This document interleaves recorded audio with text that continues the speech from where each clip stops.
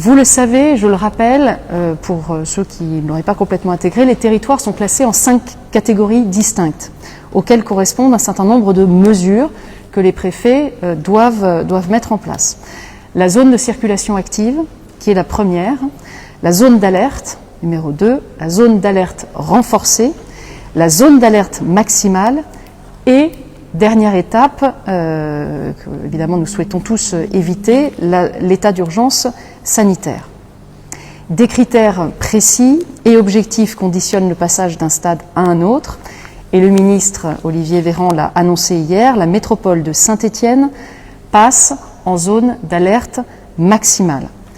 Le centre de l'agglomération rouennaise, pour 5 communes, j'y reviendrai, je vous détaillerai cela tout à l'heure, reste quant à lui au niveau de l'alerte renforcée. Et enfin, le reste du département, c'est-à-dire hors SEM, hors Roanne et 4 communes limitrophes immédiatement, le reste du département de la Loire reste quant à lui au niveau d'alerte, c'est-à-dire premier niveau, deuxième niveau, juste après la zone de circulation active. Je laisse tout de suite la parole au docteur Jean-Yves Graal, directeur général de l'ARS, pour vous faire un état de la situation sanitaire dans le département de la Loire et dans la métropole particulièrement de Saint-Étienne. On vous écoute, monsieur le directeur général. Merci Madame la Préfète, Monsieur le Président, Mesdames et Messieurs, Monsieur le maire, Mesdames et Messieurs, merci de me donner la parole pour cette oui.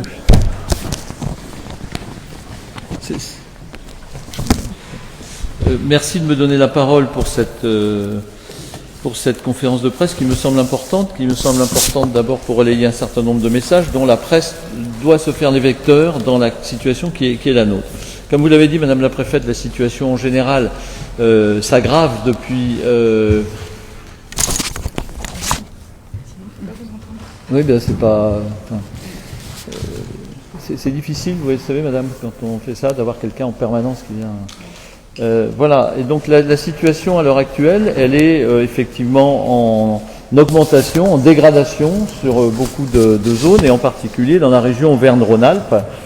Et je vous montre tout simplement, avant de venir sur la Loire et Saint-Étienne, la physionomie actuellement de la cinétique des différents départements. Et vous voyez sur la région Auvergne-Rhône-Alpes, l'ensemble des départements, depuis une semaine, 15 jours, est en forte progression. Et vous retrouvez ici le département de la Loire qui est en montée près de 250 sur le département lui-même, et je vais y venir sur les indicateurs. Et avec aussi un élément important, la Haute-Loire, dont on a vu qu'une partie des contaminations sont en lien avec le bassin lié à des flux avec le bassin stéphanois. Et donc vous voyez que tous les départements augmentent au niveau de la région, et en particulier la Loire.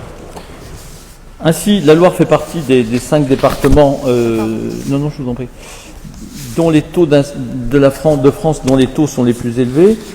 Et je vais ainsi vous donner quelques éléments sur les indicateurs étant en eux-mêmes des marqueurs et ne faisant pas la réalité à eux tout seuls, mais c'est des moyens de suivre, et je vous donnerai d'autres exemples qui accréditent bien cette augmentation importante de la contamination au Covid-19. Saint-Étienne est donc placé maintenant au niveau d'alerte maximum, et 3 critères précis ont conditionné le passage hier soir. 3 critères qui déterminent un niveau d'attrition, bien évidemment, au Covid de cette épidémie. Tout d'abord, le taux d'incidence générale, c'est-à-dire le nombre de patients positifs au Covid pour une population de 100 000 habitants, rapporté à 100 000 habitants. Et là, on observe une augmentation importante au niveau de la Loire, puisque le taux d'incidence est actuellement à 286 pour 100 000 habitants, avec un taux pour les personnes de plus de 65 ans qui est à 181, avec une augmentation même depuis hier. Rapporté à ce taux sur la Loire, nous avons un taux particulier sur la métropole de Saint-Étienne, puisque si ce taux, dont je rappelle que la base pour passer en niveau d'alerte maximum est 250 pour 100 000 habitants, était hier à 340 pour 100 000 habitants, et ce matin à 378 pour 100 000 habitants.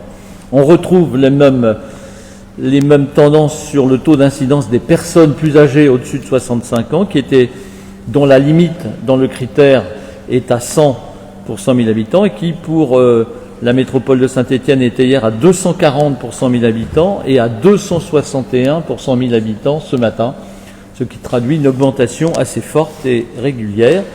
Troisième élément, c'est le taux de saturation par patient Covid des lits de réanimation ou de soins critiques et qui est calculé à l'échelle régionale, et je vous expliquerai pourquoi tout à l'heure, et qui est à 30%, dont la limite est à 30%, et nous sommes à 31%. Donc ces trois éléments traduisent une circulation active du virus et une attrition assez forte par l'épidémie de la métropole de Saint-Étienne, justifiant son passage en niveau d'alerte maximale, comme disait Madame la préfète. Je rajoute que d'autres éléments sont en résonance malheureusement, c'est-à-dire un taux de dépistage le plus élevé de la région, le taux de positivité le plus élevé de la région.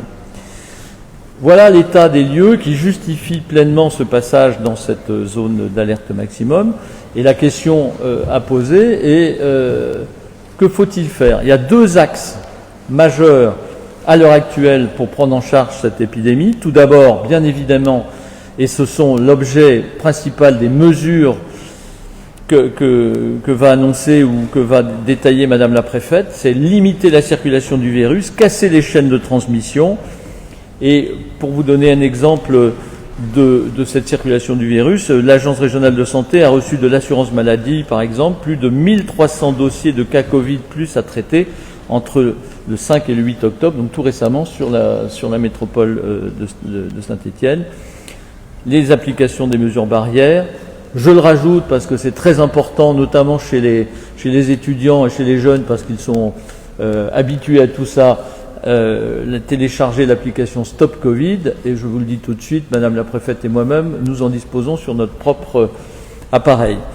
Donc premier point, les mesures, limiter la circulation du virus, casser les chaînes de transmission. Deuxième point, les conséquences de cette diffusion du virus, c'est l'hospitalisation pour des troubles respiratoires, hospitalisation en médecine bien sûr, mais surtout en réanimation. Et donc un des enjeux, c'est de faire face à cette augmentation des patients qui viendraient en hospitalisation, voire en réanimation. Et je vous signale qu'on peut calibrer à peu près 10 à 15 jours entre le moment de la contamination et les complications pulmonaires qui amènent à l'hospitalisation. Ce qui veut dire que l'augmentation importante qu'on voit actuellement aura une traduction dans 10-15 jours sur les services d'hospitalisation ou de réanimation, d'autant plus, comme je vous l'ai dit, que une des caractéristiques de l'infection, de la contamination sur la Loire et sur la métropole de Saint-Étienne, c'est un taux important de personnes plus âgées, au-dessus de 65 ans, donc plus sujets, plus fragiles à avoir des complications. Ce point-là est fondamental, avec aussi, d'une part, beaucoup de personnes hospitalisées actuellement, que ce soit dans le public ou dans le privé, pour parfois des rattrapages d'interventions qui n'ont pas pu se faire il y a 6 mois, en mars, avril, mai, et aussi, bien sûr, le quotidien des services de réanimation, qui sont la traumatologie ou l'infectiologie, et l'arrivée maintenant probable et à venir des pathologies hivernales. Et donc tout ceci fait une obligation de bien préparer tout ça pour être en situation de prendre en charge l'ensemble des personnes qui en auraient besoin.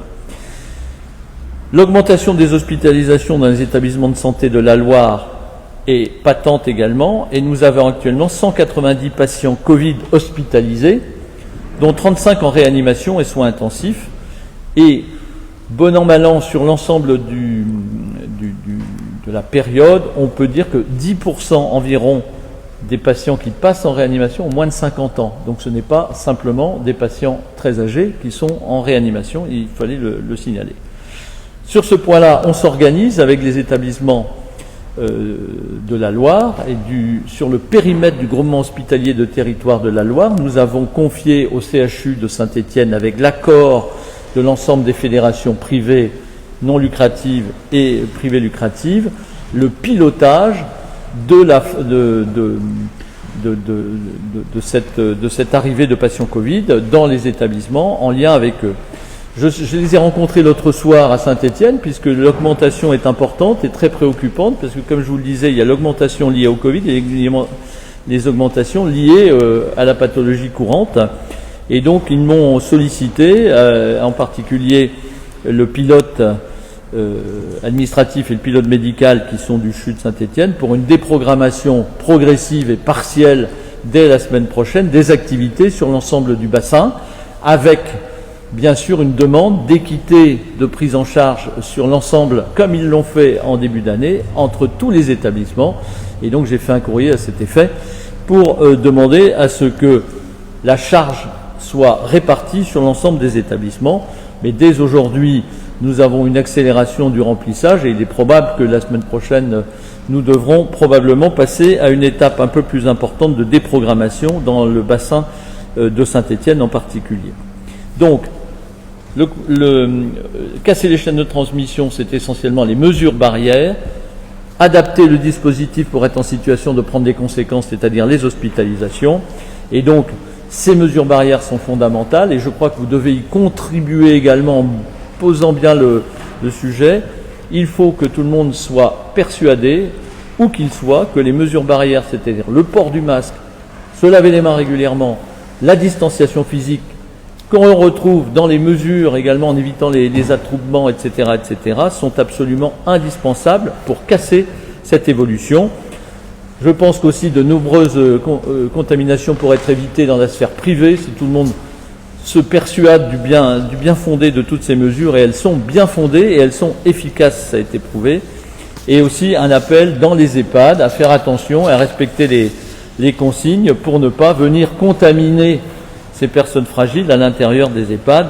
Et on a eu quelques exemples un peu dommageables de ce côté-là, d'une moindre prise de conscience d'un certain nombre de visiteurs, d'où un certain nombre de mesures. Et je terminerai en disant qu'à l'heure des vacances de la Toussaint, là encore, la vigilance est de mise, à l'heure du brassage des populations qui se retrouvent, c'est bien naturel pour une fête annuelle où les familles se retrouvent, bien évidemment, pour être prudents. Et je terminerai en soulignant l'importance, bien sûr, de la campagne de vaccination contre la grippe qui va commencer le 13 octobre et qui doit être largement effectuée, cette vaccination, et en particulier chez les personnes fragiles et en particulier chez les personnels soignants. Voilà les éléments que je souhaitais porter à votre connaissance. Je ne vous ai pas abreuvé de chiffres volontairement, mais je vous ai donné les chiffres clés et il me semblait important de vous passer ces messages. Et je vous en remercie, Madame la Présidente.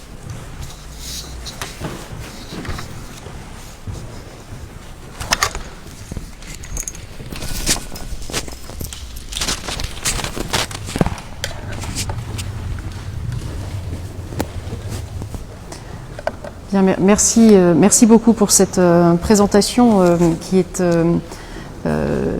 extrêmement claire et qui démontre bien, s'il était nécessaire de le démontrer, que ces dernières semaines et particulièrement ces derniers jours, nous assistons à une dégradation extrêmement rapide de la situation épidémiologique et avec effectivement un point de très forte préoccupation à l'échelle de la métropole de Saint-Étienne, qui a donc été classifiée hier par le ministre des Solidarités et de la Santé au niveau d'alerte maximale.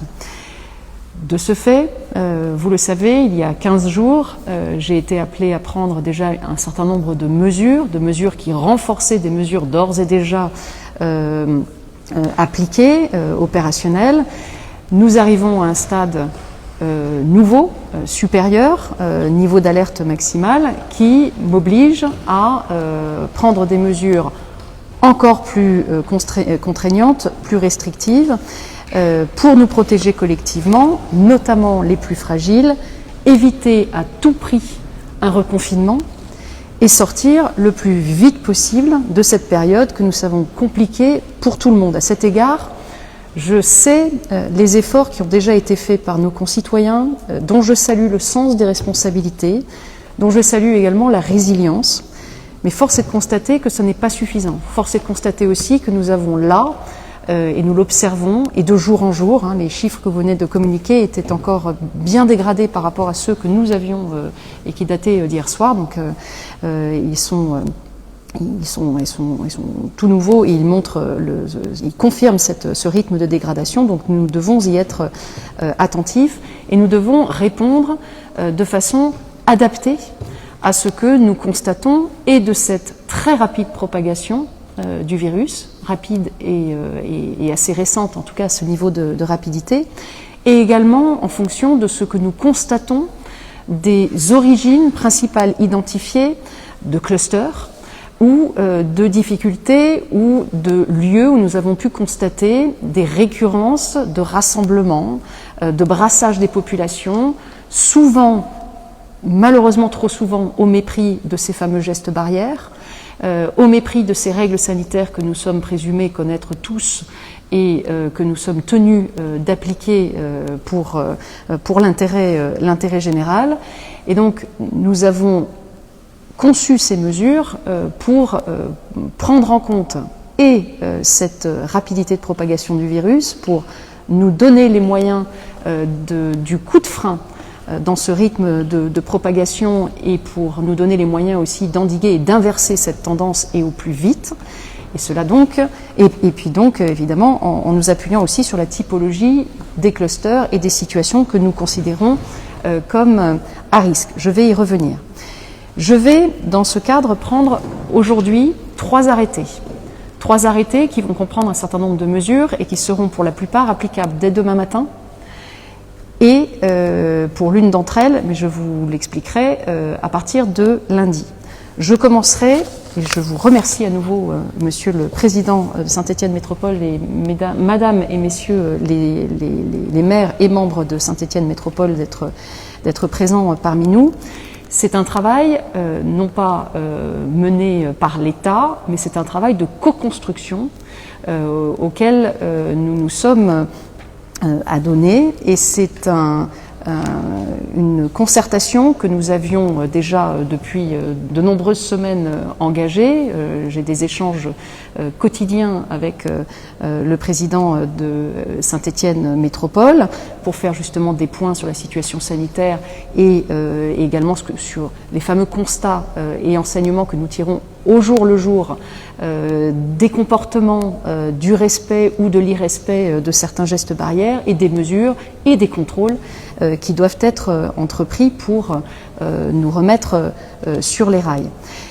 Des échanges quotidiens donc, et puis des échanges également que nous avons plus récemment organisés à une autre échelle, puisque Monsieur le Président de Saint-Étienne Métropole, et je vous en remercie à nouveau, vous m'avez invité à participer à un conseil communautaire lundi. Donc j'ai pu, et ça a été un grand privilège et une opportunité très intéressante pour moi, j'ai pu échanger avec l'ensemble des membres du conseil communautaire, donc représentant les 53 communes de SEM, pour pouvoir évoquer justement cette situation sanitaire en présence de l'ARS et poser sur la table le champ des possibles en termes de mesures, c'est-à-dire qu'est-ce qui pouvait être envisageable, et commencer à tester aussi les réactions et recueillir les observations et propositions de l'ensemble des membres du conseil communautaire. Pour votre parfaite information, aujourd'hui encore, ce matin, j'ai réuni sur un YouTube Live assez inédit, c'est le premier dans le département, en tout cas pour la préfecture, et je l'ai tenu à 11h. J'ai invité les 323 maires du département sur ces mêmes thématiques pour organiser des échanges. Donc ça a eu lieu ce matin. 286 maires ont répondu présents et ont participé à ce YouTube Live qui nous a permis, là encore, d'aborder très directement ces sujets et de répondre aux très nombreuses questions émanant des maires du département. Et là, j'ai pu présenter l'ensemble des mesures qui étaient envisagées.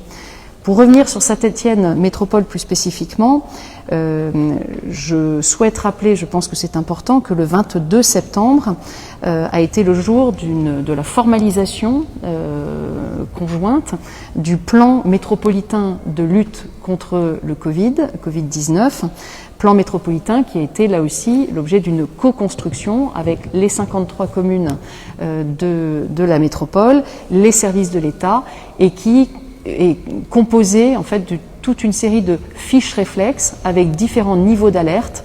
Sachez que ce plan métropolitain a donc été validé et formellement opérationnel à partir du 22 septembre et que nous sommes à un niveau d'activation de niveau 3 depuis le 29 septembre. Alors le niveau 3, qu'est-ce que ça veut dire? Ça veut dire il y a 4 niveaux, hein. Le niveau 3 est l'un des plus élevés et ça veut dire que nous avons les uns les autres toute une série de mesures que nous devons mettre en œuvre. Je prends pour exemple des opérations de communication, de sensibilisation. Je prends aussi comme exemple, parce qu'il est extrêmement important et les maires ont un rôle premier aussi dans ce domaine, c'est resserrer les liens avec les personnes isolées, avec les personnes plus démunies et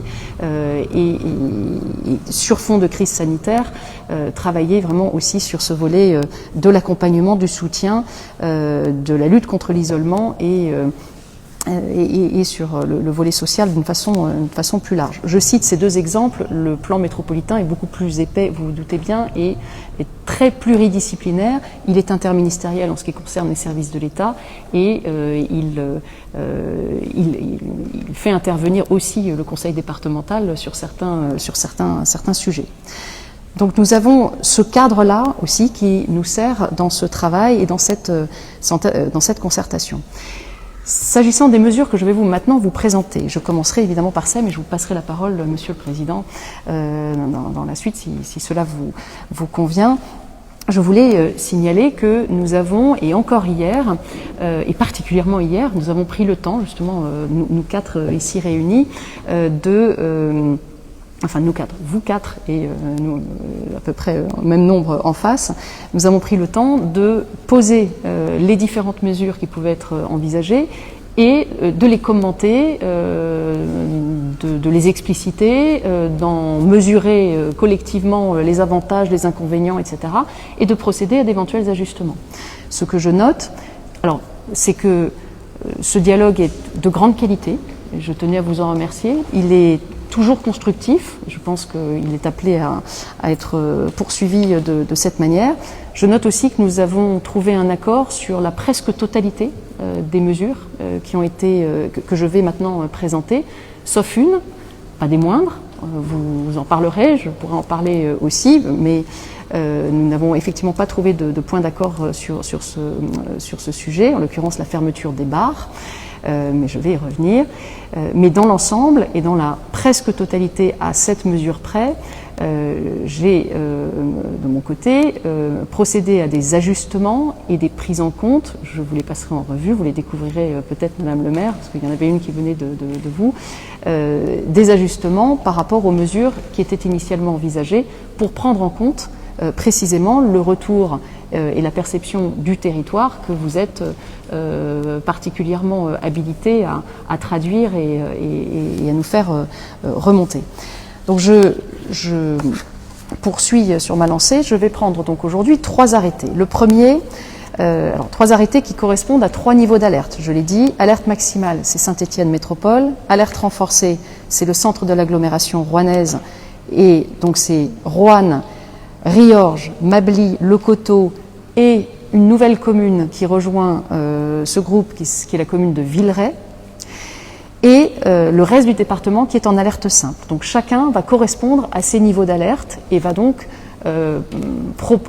imposer des mesures qui sont de nature et de niveau différents, vous l'imaginez.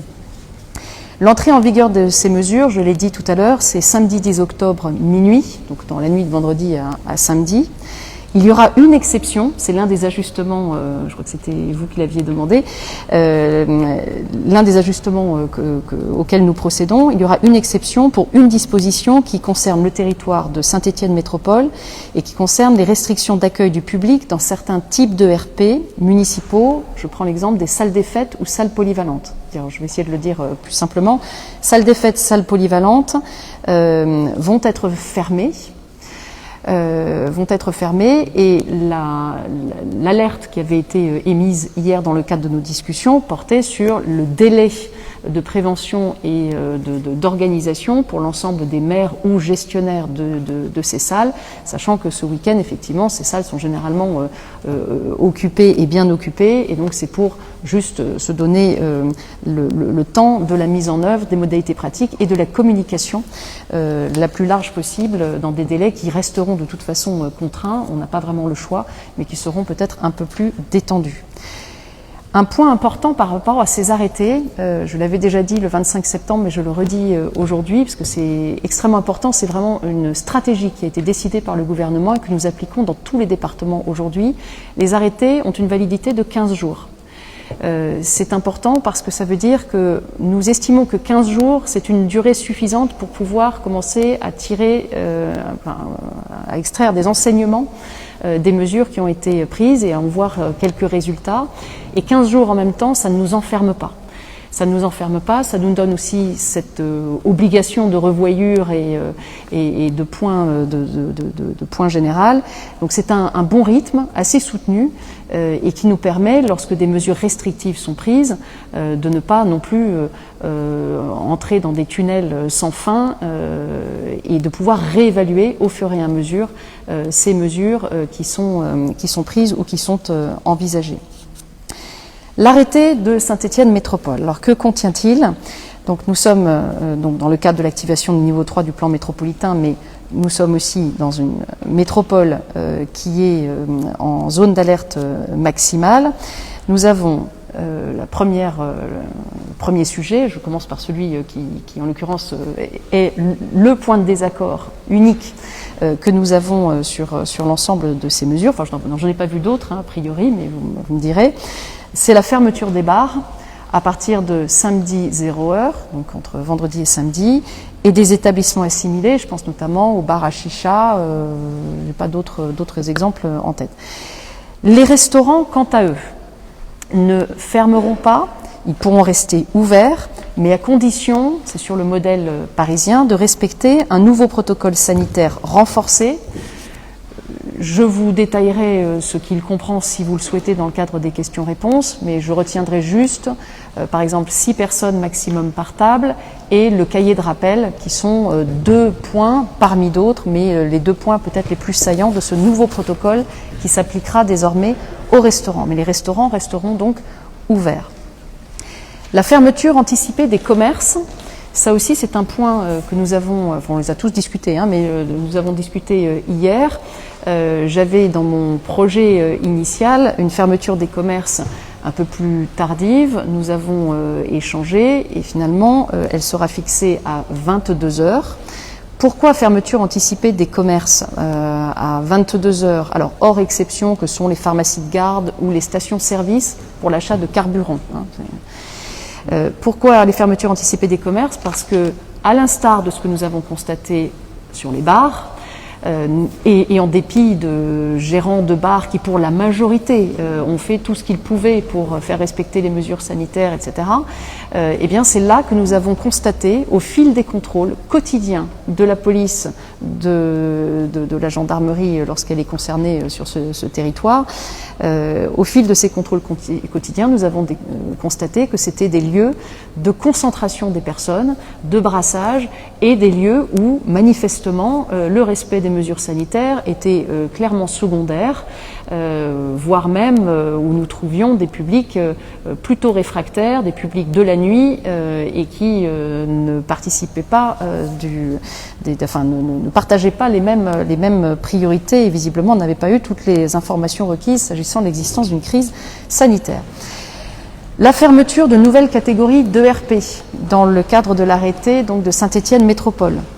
Ainsi sont fermés les lieux d'exposition, les foires expositions, les salons, les salles de danse, les casinos, les salles des fêtes, les salles polyvalentes. Pour les seules salles des fêtes, salles polyvalentes, je le redis, c'est applicable à partir de lundi. Fermeture des piscines couvertes, comme les autres établissements sportifs, avec les mêmes exceptions que celles qui s'appliquaient déjà pour les gymnases et les établissements sportifs. Les exceptions, en vrac, mais il y en a beaucoup, c'est les scolaires, le périscolaire, les mineurs, le sport professionnel, le haut niveau, et on a également la formation continue des professeurs de sport. Voilà. Interdiction des brocantes et des vides-greniers. Interdiction des buvettes dans tous les ERP, y compris les ERP de plein air. Dans cet arrêté sur le volet concernant Saint-Étienne Métropole, toutes les mesures qui étaient déjà prises et déjà en vigueur sont reconduites. Je prends pour exemple le port du masque. Il reste obligatoire sur toute la métropole. L'interdiction des rassemblements de plus de 10 personnes sur la voie publique. Hors quelques exceptions, exemple manifestation revendicative qui en fait partie. La fermeture des établissements sportifs clos. L'interdiction des rassemblements festifs et des rassemblements d'étudiants et des fêtes d'étudiants dans tous les ERP. Et enfin, il y avait des mesures qui jusqu'à présent étaient en vigueur sur 5 communes de la métropole et qui sont étendues maintenant à toute la métropole. L'interdiction de la vente à emporter et de la consommation d'alcool sur la voie publique entre 20h et 6h et l'interdiction de la musique amplifiée audible depuis la voie publique entre 20h et 8h. Pour ces deux mesures correspondent là aussi, mais je pense que ça se passe de commentaires, à des constats que nous faisons que on boit de l'alcool sur la voie publique, on poursuit jusqu'à des heures indues, on oublie tous les gestes sanitaires, enfin les gestes barrières en un temps record, et la musique amplifiée, on a pu le constater aussi, ça nous a permis de découvrir, hélas, quelques situations absolument invraisemblable compte tenu de la situation et de la crise sanitaire, vous le savez, avec notamment des fêtes étudiantes organisées spontanément, qui visiblement dérapent, où à partir d'un simple 60 mètres carrés, vous vous retrouvez avec 150 personnes. Voilà, donc la musique amplifiée, enfin, l'intervention des forces de police, elle a été initialement basée tout simplement sur une affaire de tapage nocturne, et c'est ce qui nous a permis de constater ces dérives au mépris le plus absolu des règles sanitaires qui s'imposent à tous. Je m'arrête là, puisque j'en ai terminé pour Saint-Étienne Métropole, en tout cas pour le déroulé de ce que comprend cet arrêté. Et Monsieur le Président de Saint-Étienne Métropole et tout autre intervenant, je vous passe la parole. Et si vous le souhaitez, je vous passe même le micro de TLC. Merci.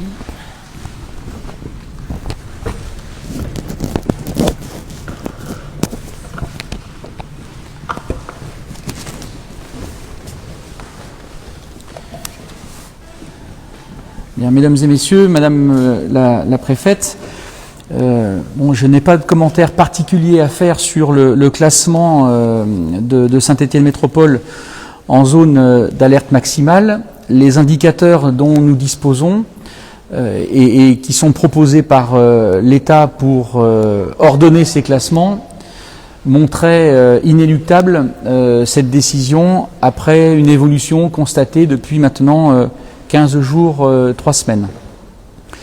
J'apprécie la volonté de dialogue et d'écoute du Premier ministre et du ministre de la Santé. Ça n'a pas toujours été le cas.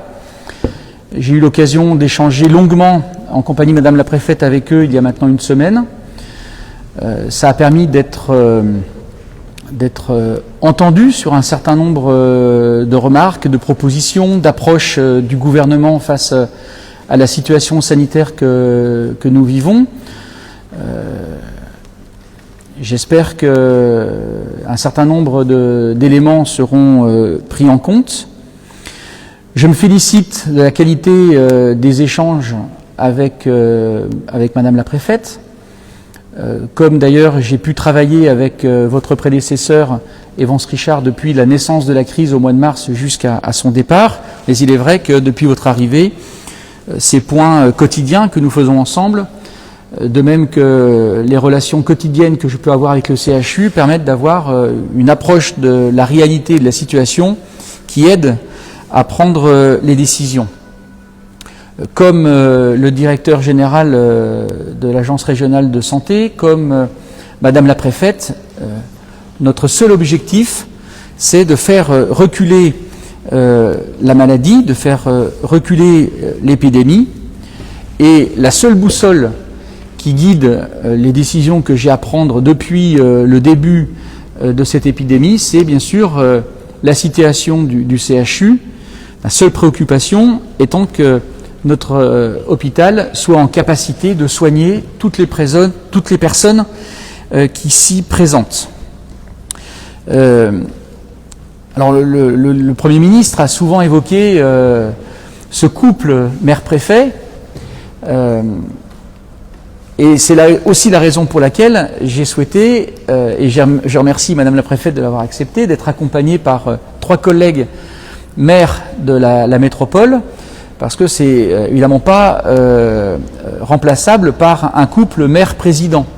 Tout simplement parce que les compétences du président de la métropole existent dans un certain nombre de domaines relativement restreintes et sans corrélation d'ailleurs avec les décisions et les arrêtés qu'a décidé de prendre Madame la Préfète, et donc il était important qu'on ait ce partage. Pour autant et néanmoins, nous avons effectivement, à la demande du Premier ministre, au 15 août, travaillé avec les services de la préfecture, les élus et les services de la métropole sur un plan métropolitain que nous avons dont nous avons étudié l'application dans chacune de nos communes, et qui aujourd'hui est un document de référence et d'action très utile à Madame la Préfète pour pouvoir décliner ces décisions à l'échelle des 53 communes, chaque maire sachant maintenant exactement ce qu'il a à faire dans ce cadre défini, nonobstant bien sûr d'autres types d'initiatives que chacun est bien sûr libre de prendre dans sa commune en fonction de la situation qu'il appréhende. Donc je remercie Gilles Tizy, Ramona González-Graille et Hervé Reynaud de m'accompagner ce soir, mais d'avoir également travaillé à mes côtés longuement hier avec Madame la Préfète. Sur les mesures qui sont à prendre, ce que nous souhaitons, c'est qu'elles soient cohérentes et constantes. Nos concitoyens ont besoin de clarté dans les décisions qui sont prises, ils ont besoin de les comprendre, et c'est aussi la raison pour laquelle je peux entendre qu'un certain nombre de décisions s'appliquent de manière nationale et identique, pour éviter les interprétations, pour éviter les situations que nous avons pu observer entre Paris et Marseille, où ce qui est autorisé à un endroit est interdit dans un autre, puis finalement autorisé 5 jours plus tard. Nous avons besoin de comprendre. Et pour comprendre, il faut de la clarté dans les décisions et de la constance. J'entends aussi que les différents ministres qui s'expriment sur le sujet expliquent aux Français qu'il va falloir apprendre à vivre avec le virus. Parce que nous n'avons pas aujourd'hui de vaccin connu et qu'il faut donc vivre avec. Vivre avec, c'est aussi prendre des mesures qui permettent à la vie sociale, à la vie économique de continuer. Parce que si ça doit durer des mois et des mois, voire davantage, on ne peut pas se permettre de faire perdurer des interdictions ou de fermer des pans entiers de notre vie sociale. Et c'est la raison pour laquelle, lors de l'entretien que j'ai eu avec le Premier ministre et le ministre de la Santé la semaine dernière, j'ai proposé que soient mises en place les mêmes mesures que celles que le gouvernement a prises lors du déconfinement au mois de mai dernier, avec un protocole sanitaire extrêmement strict, que les professionnels, les commerçants, comme nos concitoyens, ont dans leur grande majorité respecté, et qui me semblait avoir porté leurs fruits avec une décroissance de cas, et qui avait été finalement accepté. Il est vrai, après de nombreuses semaines de confinement, on était presque prêt à accepter n'importe quelle condition pour retrouver l'air libre, par nos concitoyens. Ce que je souhaite aussi, c'est que nous soyons intransigeants et extrêmement sévères par les services de police nationale, police municipale pour les communes qui en disposent, par les décisions de justice, avec cette minorité qui ne respecte pas les gestes barrières, qui ne respectent pas les décisions, les mesures qui ont été prises pour protéger la population de l'épidémie. Ce que je souhaite, c'est que nous soyons intransigeants avec cette minorité qui ne respecte rien et qui met en danger une grande partie de la population qui, elle, est prudente. Et je ne souhaite pas que la liberté d'une majorité soit limitée et contrainte par des attitudes irresponsables d'une minorité.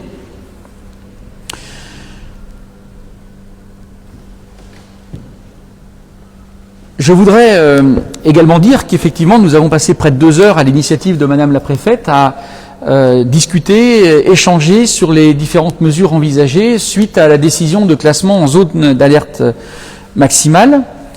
Je suis heureux que Madame la Préfète ait décidé de maintenir ouverts les restaurants sans limitation horaire particulière.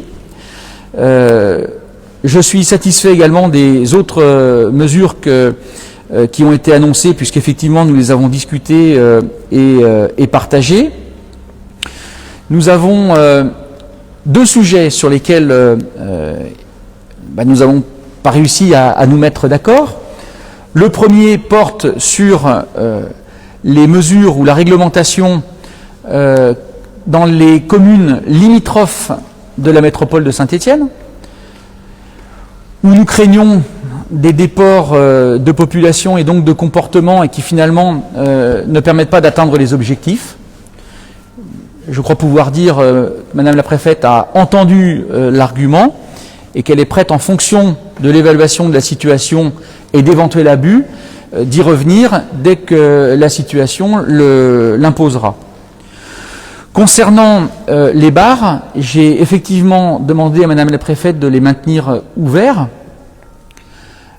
en respectant le protocole sanitaire connu dans les restaurants, limitation du nombre de personnes dans l'établissement, personnes assises à table, et là encore, dans une volonté de pouvoir mieux contrôler les comportements, parce que Madame la Préfète l'a rappelé, nous connaissons un nombre de plaintes pour tapage nocturne de plus en plus important, les discothèques sont fermées, les bars ferment à 22 heures, maintenant vont fermer totalement, et il est beaucoup plus difficile d'intervenir dans le domaine privé que dans l'espace public, ou dans les établissements recevant du public.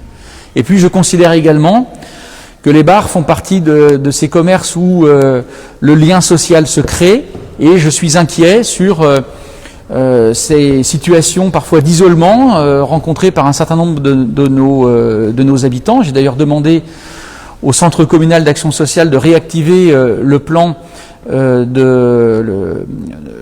concernant les personnes isolées pour qu'elles aient un contact quotidien de notre part, de façon à nous assurer qu'il n'y ait pas des situations difficiles et complexes qui resteraient inconnues. Voilà, donc j'aurais souhaité, pour ces raisons-là, que les bars restent ouverts. Madame la Préfète a pris un arrêté différent. Encore une fois, je peux comprendre que les marges de manœuvre dont vous disposez, Madame la Préfète, sont aussi limitées aux décisions nationales annoncées par le ministre de la Santé hier soir. Je voudrais peut-être terminer mon propos par une remarque, une réflexion que je me fais et que je voudrais vous partager. Parce que si nous avons tous été surpris par l'ampleur, la brutalité de ce virus au mois de mars, j'ai aussi entendu un certain nombre de membres du gouvernement expliquer dès le déconfinement qu'il fallait s'attendre à une deuxième vague. Et ce que je ne voudrais pas, ce que je ne souhaiterais pas, c'est que les décisions que sont amenées à prendre le gouvernement soient finalement, c'est-à-dire ces restrictions de liberté, soient là pour pallier un certain nombre de carences, notamment dans l'hôpital public, parce que je me souviens qu'au plus fort de l'épidémie, nous avions 500 personnes hospitalisées sur notre territoire, 180 personnes en réanimation, et que si les chiffres annoncés par M. Graal ce soir sont importants et inquiétants, ils sont quand même bien en deçà de ce que nous avons connu au plus fort de la crise. J'entends également l'argument, et je le soutiens, du ministre de la Santé, qui, contrairement à ce qui s'est passé au mois d'avril, ne veut pas que les hôpitaux aient à choisir entre les malades du Covid et les malades d'une autre pathologie. Chaque Français, chacun de nos concitoyens a le droit d'être soigné, quelle que soit sa maladie. mourir du Covid ou mourir d'une autre maladie par manque de soins, pour moi évidemment, est inacceptable et aboutirait finalement au même résultat. Donc je comprends cette volonté, mais, évidemment, mes propos ne s'adressent pas ni à Madame la Préfète, ni au directeur régional de la Santé, mais plutôt au ministre de la Santé. Je me dis, est-ce que tout a été fait pendant ces 6 mois de répit que nous a donné l'accalmie de l'épidémie, au niveau de l'hôpital public, au niveau national, pour organiser les hôpitaux différemment de ce qu'ils étaient au mois de mars, pour pouvoir, lors de cette deuxième vague qui était envisagée, qui était prévue, pouvoir répondre aux besoins sanitaires de notre pays.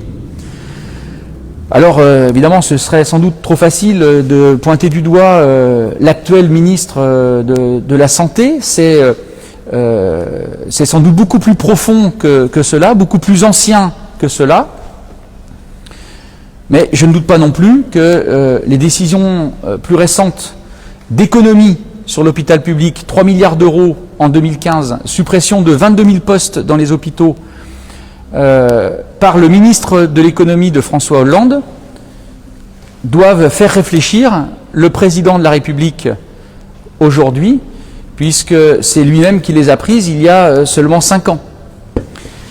Et que si nous devons vivre avec ce virus, si nous devons apprendre à vivre avec ce virus, eh bien certes, il faut mettre les moyens conséquents sur la recherche pour pouvoir trouver un vaccin, mais il faut aussi, sans tarder, mettre des moyens conséquents dans nos hôpitaux pour être en capacité de soigner tous ceux qui s'y présentent et peut-être avoir une réflexion un peu différente de ce qu'on a connu ces dernières années, c'est-à-dire mettre avant tout les soins et leur qualité en avant plutôt que des équations budgétaires. Je vous prie de m'excuser de cette incise, mais ça me paraissait important à partager avec vous, parce qu'encore une fois, si on doit vivre avec, la restriction des libertés ne pourra pas être la seule réponse à apporter face au virus. En ce qui concerne les arrêtés pris par Madame la Préfète, je ne peux que confirmer que nous avons eu des échanges et une majorité finalement de points d'accord, hormis un que nous avons largement détaillé. J'ai envie de dire à ce soir, dont acte, les arrêtés sont pris, ils sont maintenant le droit et ils s'imposent à tous. Et bien entendu, nous participerons à notre mesure au bon respect des arrêtés pris par Madame la Préfète, dans ce qu'il nous regarde et dans la responsabilité évidemment qui nous revient et qui est la nôtre. Et je voudrais terminer par un appel à nos concitoyens à respecter les gestes barrières. On sait qu'ils sont simples, se laver régulièrement les mains, porter un masque. Ils sont simples et ils sont suffisants s'ils sont respectés. Et si ils peuvent nous permettre d'abord de sauver des vies, ensuite de retrouver une vie sociale un peu plus normale, eh bien nous aurons gagné une manche importante contre le virus. Voilà ce que je souhaitais vous dire, Madame la Préfète, ce soir.